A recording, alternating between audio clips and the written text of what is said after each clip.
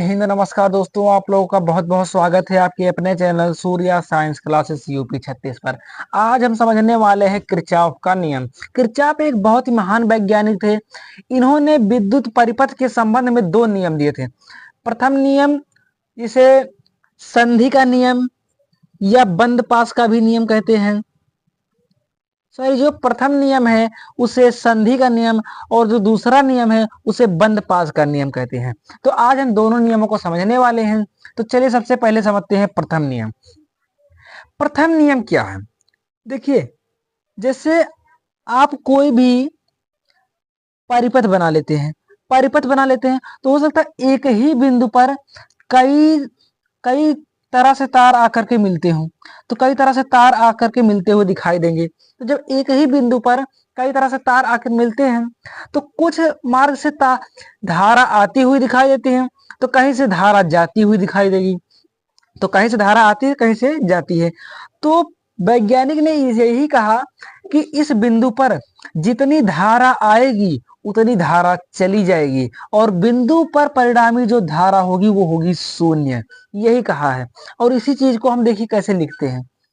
किसी विद्युत परिपथ में किसी संधि पर पहुंचने वाले सभी धाराओं का बीजगणितीय योग शून्य होता है। वही चीज लिखा गया है। यदि ये बिंदु है, यहाँ पर धारा I1 आ रही है, यहाँ पर धारा I2 आ रही है, यहाँ पर धारा I3 आ रही है और यहाँ पर धारा I4 यहाँ से निकल रही है। तो जैसे यहाँ पर हम मान लेते धारा I2 बराबर 5, I2 बराबर 3, I3 बराबर 4। तो जितनी धाराएं आ रही पहले उनको जोड़ लेते, 4 3 7 7 5 12 आ रही है, तो निकलने वाली धारा भी 12 ही होगी।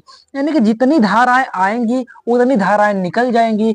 यहाँ पर परिणामी जो धारा बचेगी वो शून्य ही होगी। आप किसी चौराहे पर देखिए, चारों तरफ से रास्ते आते हैं। तो किसी रास्ते पर से मान ले 10-12 गाड़ी आ रही है, किसी से और 10-12 गाड़ी आ रही है, तो सभी रास्ते से गाड़ी आ रही है।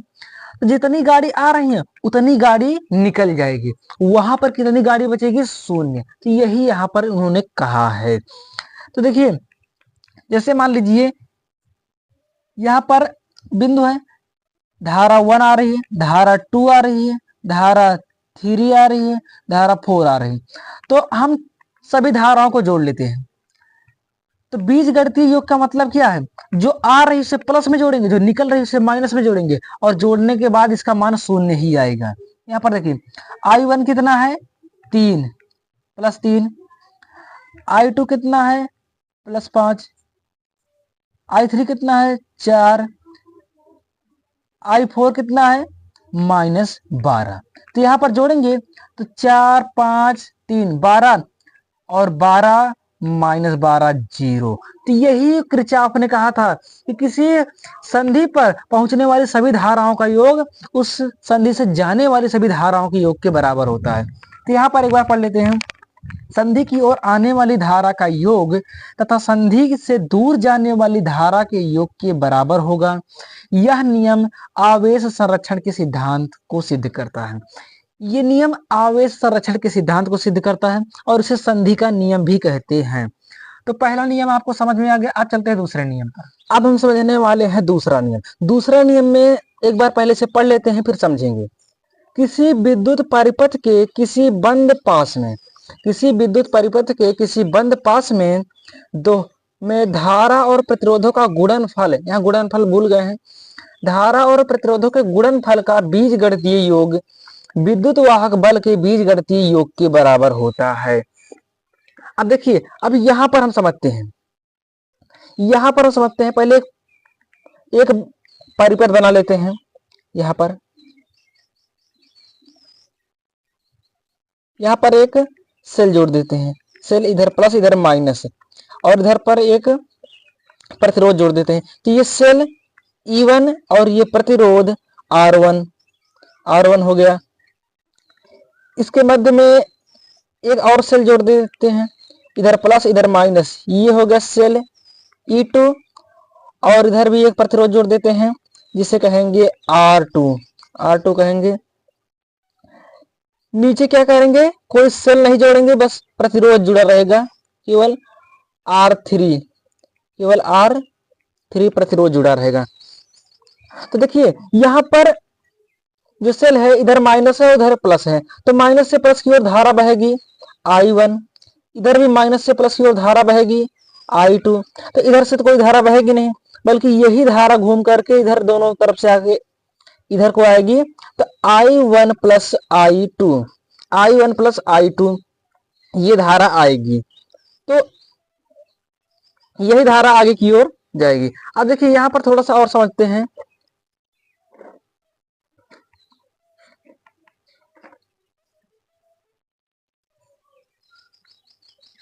देखिए अब इसको हम थोड़ा नामकरण दे देते हैं, A B C D E F, इन सबको हम नाम दे देते हैं।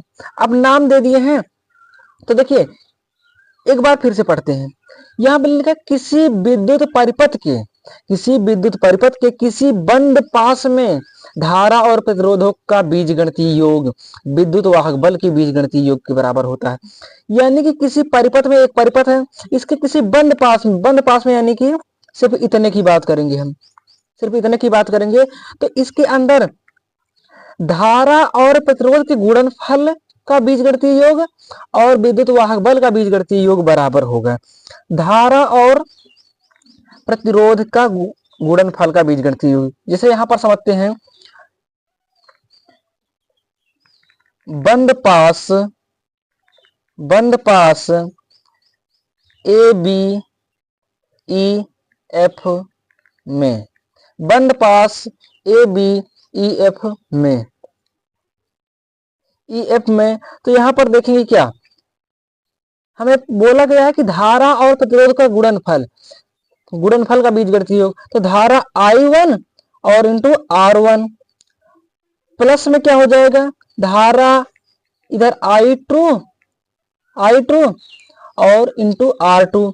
तो ये देखिए ये धारा और ये धारा दोनों एक दूसरे के विपरीत हैं, इसलिए ये माइनस में हो जाएगा। कोई भी एक माइनस में और एक प्लस में कर देंगे। बराबर में, क्योंकि विद्युत वाहक बल इसके बराबर होगा, तो विद्युत वाहक बल बराबर में होगा, तो E1 और E2, E1 माइनस में E2, यही ये नियम कह रहा है कि धारा और प्रतिरोधों का गुणनफल का बीजगणितीय योग और विद्युत वाहक बल का बीजगणितीय योग बराबर होगा। तो यही इस नियम का कहना है।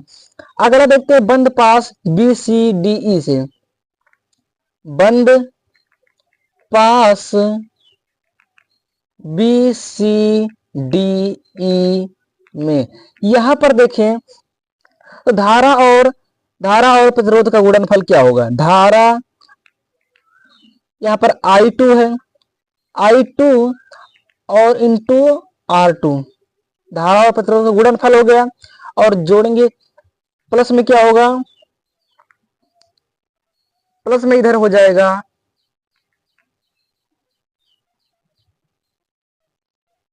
इधर प्लस में क्या हो जाएगा, इधर धारा I1 प्लस I2 है और इंटू R, तो I1 plus I2 into R3 बराबर में क्या हो जाएगा, विद्युत वाहक बल एक ही है तो वही हो जाएगा E2। तो द्वितीय नियम का कहना यही है कि जितने धारा और प्रतिरोध का गुणनफल है उन सभी को आपस में जोड़ लो और बराबर में विद्युत वाहक बल जोड़ लो, तो वो आपस में बराबर ही होंगे। और इसका जो सूत्र मिलेगा उस समेशन ऑफ आई आर बराबर समेशन ऑफ ई होगा। समेशन ऑफ आई आर का मतलब सभी आई आर का गुणनफल और बराबर में समेशन ऑफ ई का मतलब सभी विद्युत वाहक बल का बीजगणितीय योग।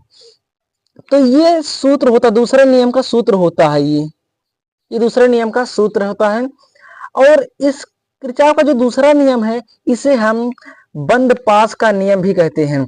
यह ऊर्जा संरक्षण के नियम को सिद्ध करता है। आपसे बहुविकल्पी में पूछा जाएगा कि ये किस नियम को सिद्ध करता है, तो ये ऊर्जा संरक्षण के नियम को सिद्ध करता है।